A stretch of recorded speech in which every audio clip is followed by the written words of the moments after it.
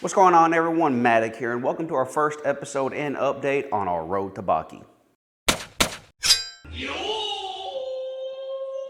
So, welcome everyone to my new series on the road to Baki. The purpose of this episode is basically as a vlog or documentary type thing on me trying to get healthier, and what better way to do that than to try to emulate and use some of the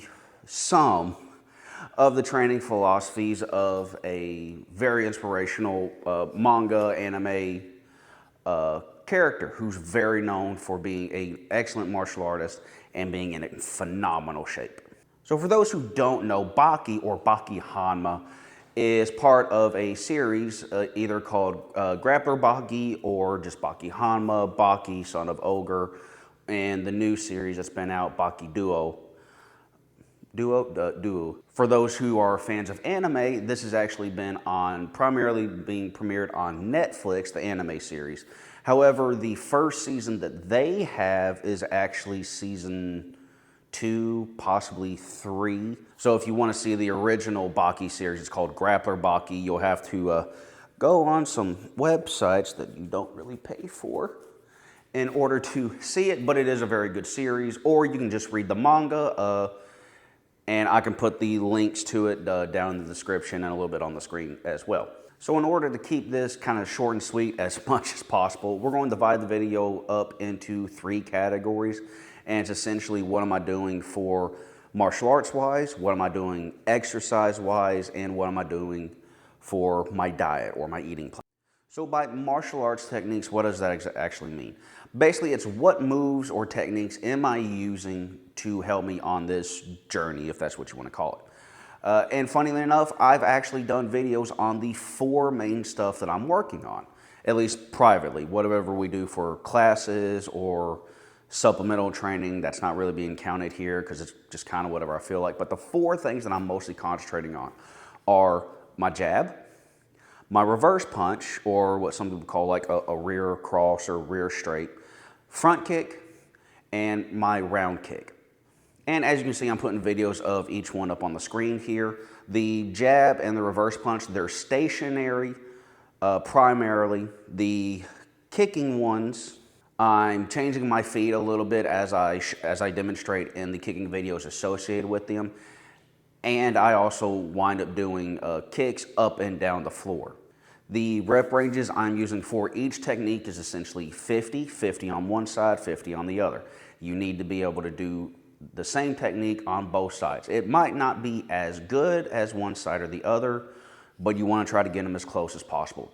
For the punches, I'm going relatively slow, not quite half speed. I'm maybe going about like 40% speed or something like that. That's because I'm not really working on speed at the moment, except for the last 10 reps is kind of when I really let it rip.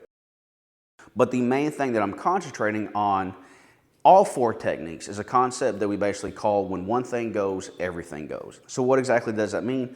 It basically means that, say we're talking about our jab here. It's like, so when I go to do my jab, I have to straighten my back leg. Right. Well, when I straighten my back leg, what also has to happen? I have to turn my torso. What happens when I also turn my torso? My front hand extends. All of these things have to happen together in order for me not to telegraph or to make sure my whole body goes into the technique from the instance that I start the technique. Versus what some people wind up doing, which is just kind of like a wave type thing, where they'll straighten the back leg, it'll make their body turn, and notice I've turned everything and my hand hasn't moved until the end. And it makes a type of wave. Boom. Does it work? Absolutely. But timing wise, and you're not able to engage the body or the body behind the hand until your torso is already turned, and then it slingshots out your arm. Versus when one thing moves, everything moves, and instantly, as soon as my leg extends, my hand is extending, so my body is being behind my punch from the start. It makes it much easier, regardless of the distance, that there's still power within your hand, especially when fighting dynamics change and distance changes constantly. That way you always have power behind your punch.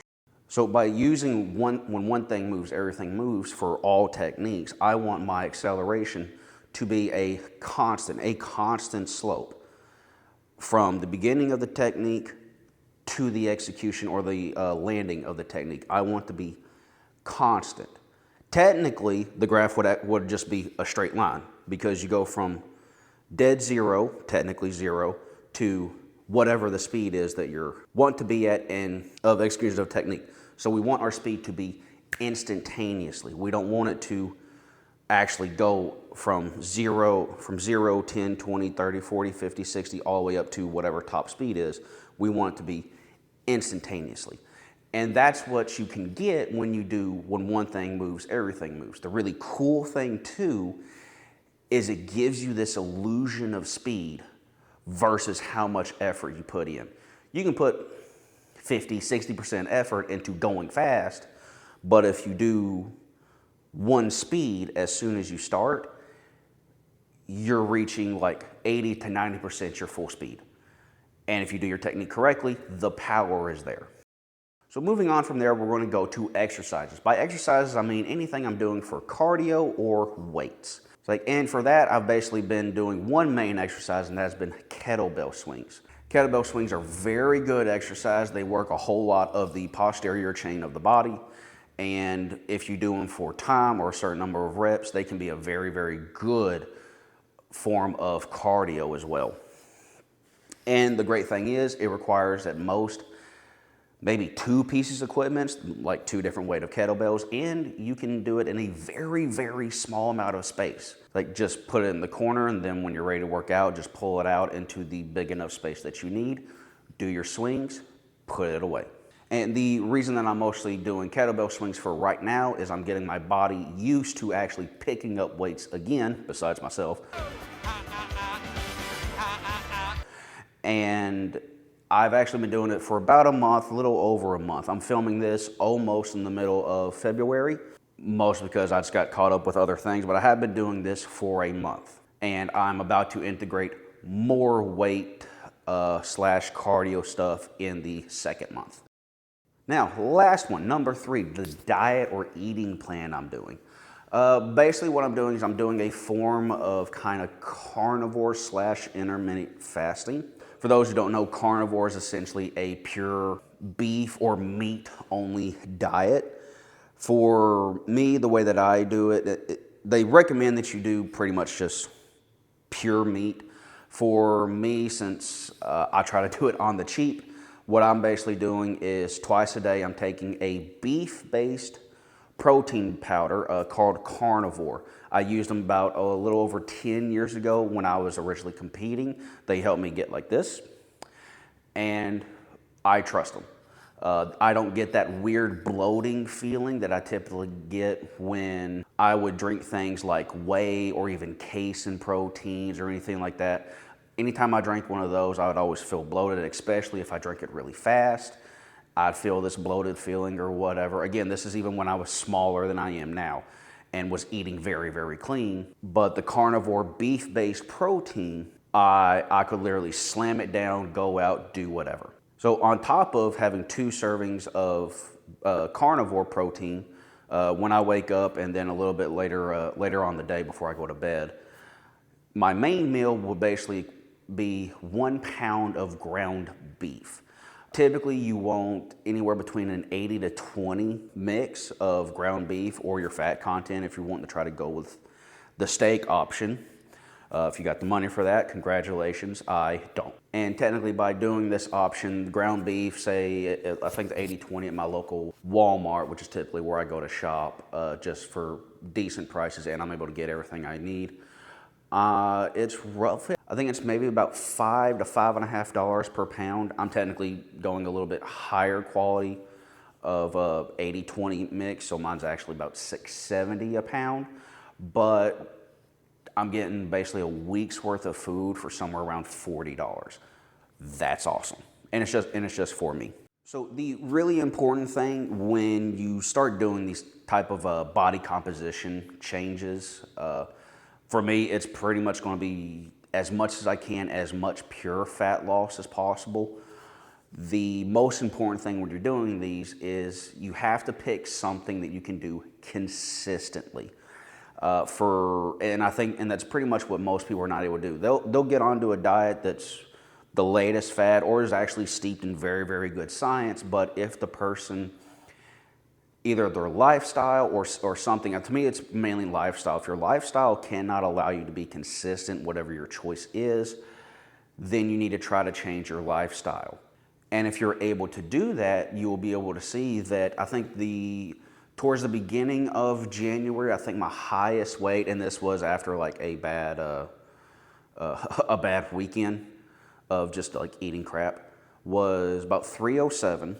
But my lightest weight I got to after, I think on a Tuesday or Wednesday, was 297. So a total of 10 pounds lost.